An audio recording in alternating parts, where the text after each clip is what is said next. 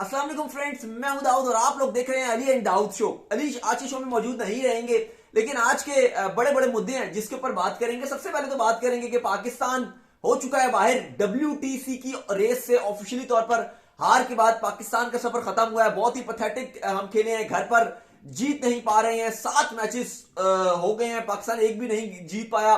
बांग्लादेश और पाकिस्तान वाहिद की दो टीमें हैं जो एक भी टेस्ट मैच नहीं जीत सके। तो वजह क्या है? क्या बाबर आजम इवन कल तो बड़ा का चल रहा था जी के ब्रेव डिसीजन लिया है अर्ली डिक्लेयर का, तो इस पर आशा बोगले भी आए हैं, उसमें भी कुछ बात करेंगे। तो क्या पाकिस्तान और बांग्लादेश क्यों इतना अपने घर पर नहीं जीत पाए हैं? तो क्या वजह क्या हमारे जो टेस्ट की आप कह लें कि डाउनफॉल इतना ज्यादा चल रहा है, उस पर बात करेंगे।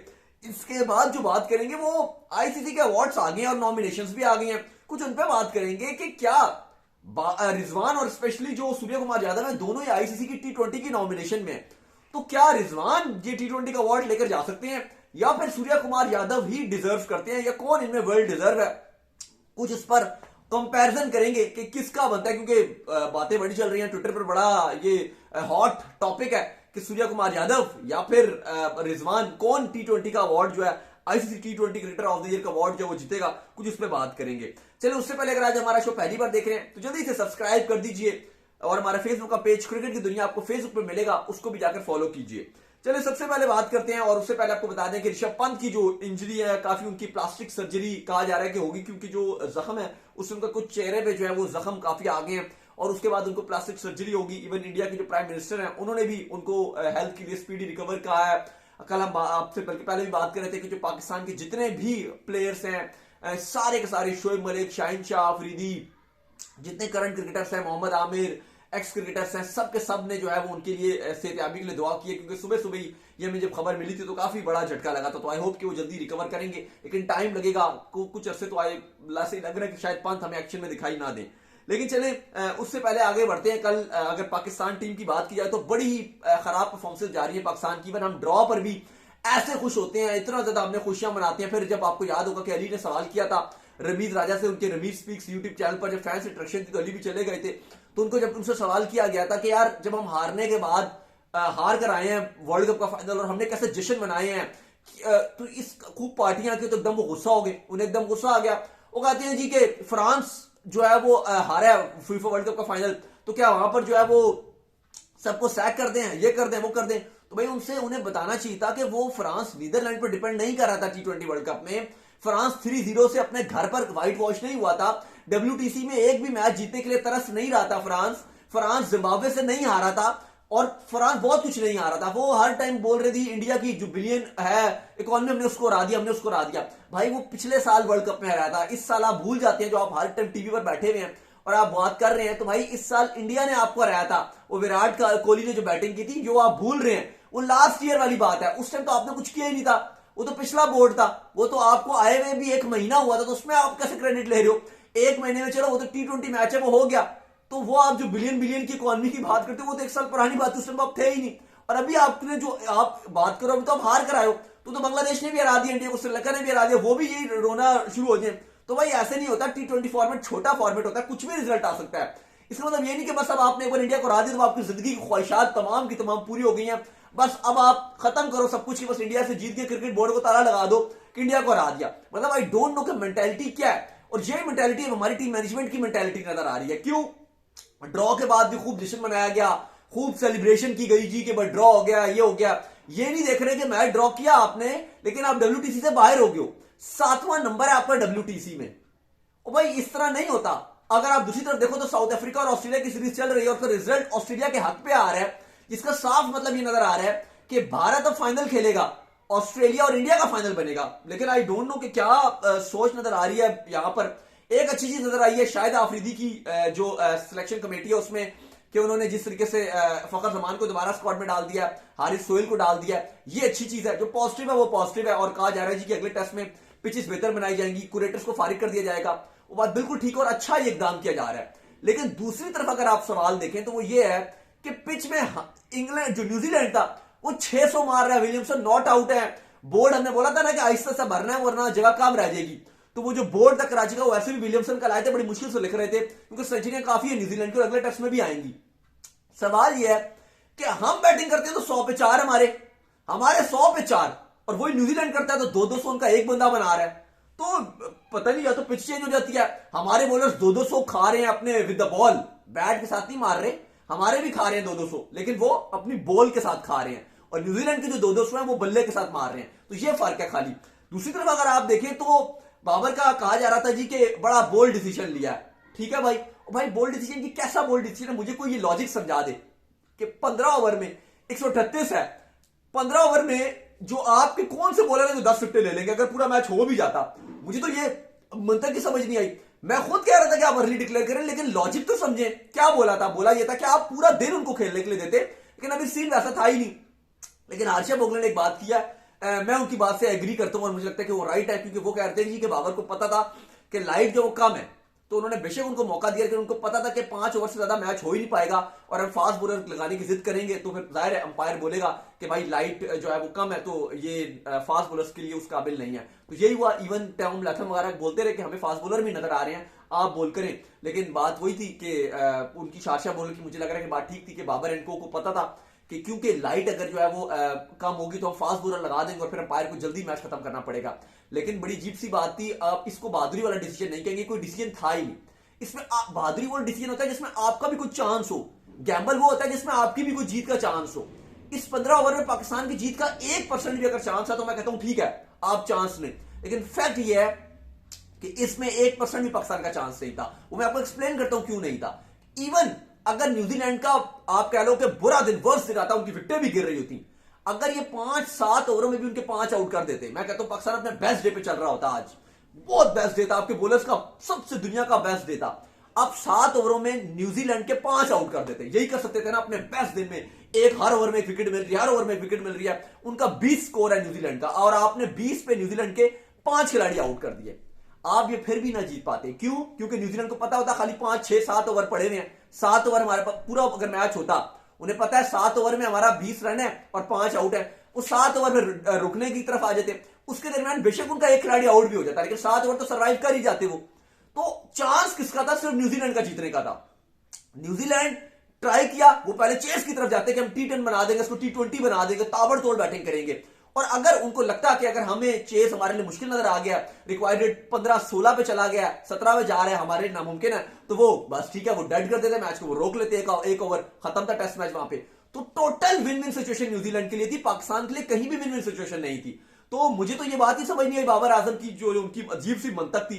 तो मैं तो बिल्कुल भी इस बात से एग्री नहीं करता कि कोई दिलेर फैसला था या कोई था। एक ब्रेव और फुलिश डिसीजन में फर्क होता है। स्ट्रोक्स बनने आप जा रहे थे, बिल्कुल ठीक माना, लेकिन वो जो स्ट्रोक्स कर रहा था उसने आपको पूरा दिन दिया, 350-325 का टारगेट आपको दिया और पूरा दिन दिया खेलने के लिए। वो बिल्कुल एक अलग चीज थी। बिल्कुल आप कंपैरिजन ही नहीं कर सकते यार, बिल्कुल कंपैरिजन नहीं बनता। जो स्ट्रोक्स ने किया और जो आपके सकलैन और बाबर ने किया, वो जमीन आसमान का फर्क था।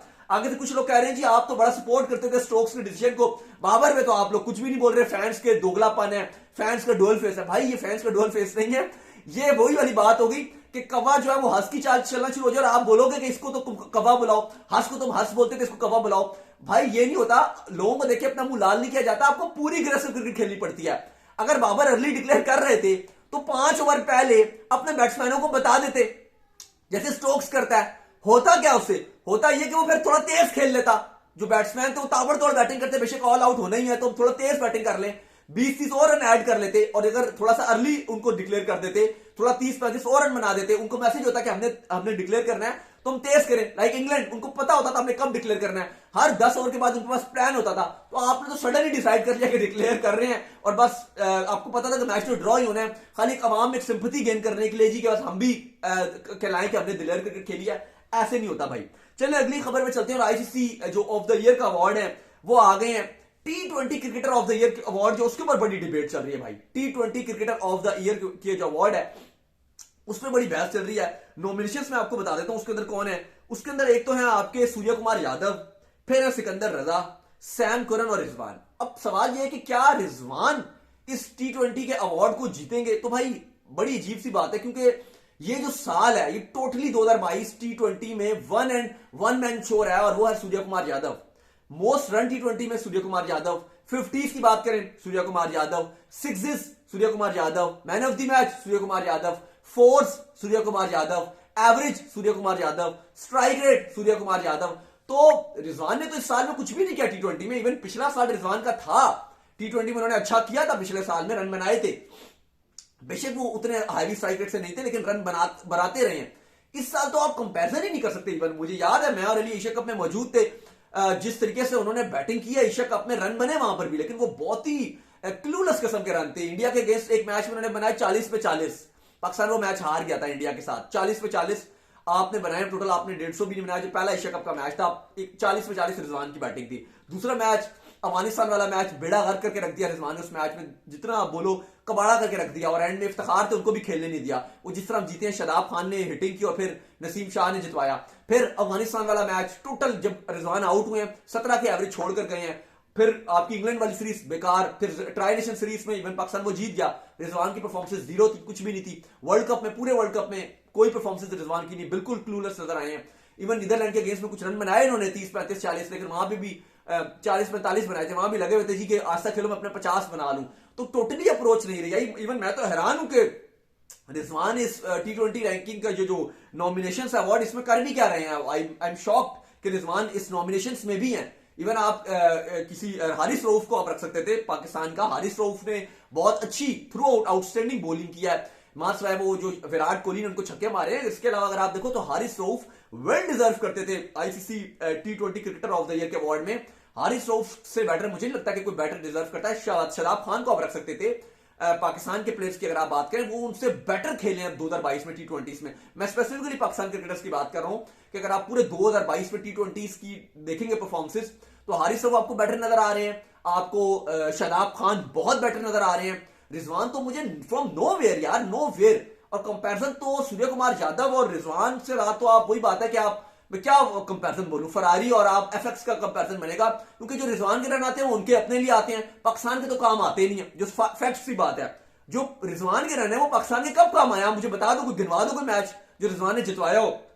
दूसरी तरफ वो सूर्य कुमार यादव, वो तो मैचेस जितवा रहा है लगातार। तो ये तो डिबेट जो चल रही है ट्विटर पर, मैं तो इस पर हैरान हो रही है। मैं हैरान नहीं हूं, इस पर पाकिस्तानी फैंस भी हैरान है। मैं ट्विटर पर देख रहा था, जो सही समझते हैं क्रिकेट को, जो डाई हार्ड फैन नहीं है, हाँ जो रिजवान की अच्छाई पे फैन है, जैसे भी रिजवान टीम से बाहर है टेस्ट की, लेकिन वो एक बंदा आया हुआ था तो उसके साथ रिजवान गए, उन्होंने तस्वीर खिंचवाई है, पता नहीं पंजाब कहां से आया हुआ था बंदा, तो बड़ा वो वायरल हुआ है। तो हाँ, जो उस चीज के फैन है कि रिजवान जो ऑफ द फील्ड रिजवान की एक्टिविटीज है वो अलग है, वो अगर आप उनके फैन है तो फिर आप बोलोगे कि रिजवान तो फिर दुनिया का सबसे बड़ा क्रिकेटर है, वो तो फिर अलग डिबेट है, वो आप क्या दो दुनिया का नंबर वन है भाई। लेकिन वो आप ऐसा क्रिकेटर, मैं तो नहीं समझता कि रिजवान इवन पाकिस्तान का भी कोई बेस्ट क्रिकेटर रहा है टी20 में। तो आप सूर्य कुमार यादव से कंपैरिजन कर रहे हो, जो इस साल का सबसे बड़ा आप कह सकते हो कि इमर्जिंग क्रिकेटर रहा है, जिसने थ्रू आउट 2022 में आउटस्टैंडिंग क्रिकेट खेली है, ना सिर्फ घर पर बाहर, बल्कि अगर आप वर्ल्ड कप में देखो तो जो जिम्बाब्वे के अगेंस्ट किया, और कुछ वर्ल्ड कप में भी हमने कैमियो देखे सूर्य कुमार यादव के, और ट्रूली डिजर्व करते हैं सूर्य कुमार यादव।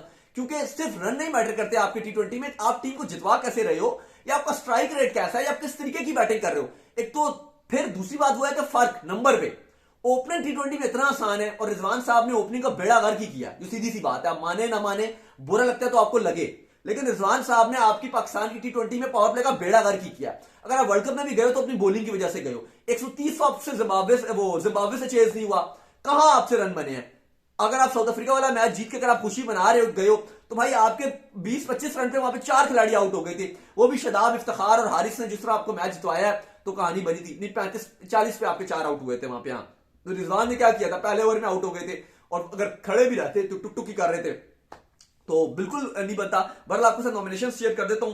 टी20 क्रिकेटर ऑफ द ईयर का अवार्ड में जो है वो आपके सूर्य कुमार यादव हैं, और मुझे लगता है कि जीत जाएंगे, और ये डिजर्व भी करते हैं अवार्ड जहां का जीतने वाला। सिकंदर रजा है, सैम कुरन है, और रिजवान है। रिजवान तो मैं तो हैरान हूं कि वो इस टी20 वाली इस नॉमिनेशन में भी किस तरीके से आ गए हैं। इवन सैम कुरन और सिकंदर रजा ने बहुत कुछ किया।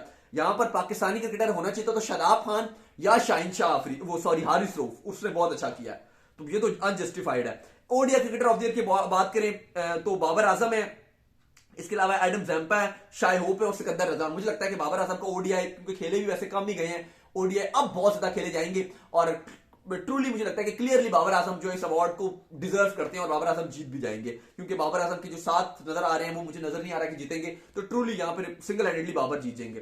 Test cricketer of the year के अवार्ड की बात की जाए तो वहां पे बेन स्टोक्स हैं, बैरिस्टो हैं, उस्मान ख्वाजा हैं, और इसके अलावा रबाड हैं। लेकिन मैं हैरान हूं कि इस साल टेस्ट में बाबर ने रन ज्यादा बनाए हैं सबसे ज्यादा रन बनाए, लेकिन वो भी इस नॉमिनेशन में नहीं है। इसके अलावा अगर आप बात करेंगे जो ICC cricketer of the year का अवार्ड है, वहां पे बेन स्टोक्स है, सिकंदर रजा है, बाबर आजम है और टिम साउदी है। तो देखते हैं कि कौन जीतेगा ये अवार्ड। और फैब ये जनवरी में ये सेरेमनी होगी, दुबई के अंदर कहा जा रहा है कि सेरेमनी होगी, तो मजा आएगा। और कहा जा रहा है कि उसमें मीटिंग भी करवाई जाएगी और जो कुछ आपके जो एफटीपी की सीरीज है वो भी डिस्कस की जाएंगी। तो आई होप कि आज का शो आपको हमारा आया होगा पसंद तो वीडियो को लाइक कीजिए, शेयर कीजिए। मिलते हैं आपसे नेक्स्ट शो में, तब तक अल्लाह हाफिज, ख्याल रखिएगा, बाय बाय। और फेसबुक का पेज नीचे मिलेगा, फॉलो कीजिए, बाय बाय।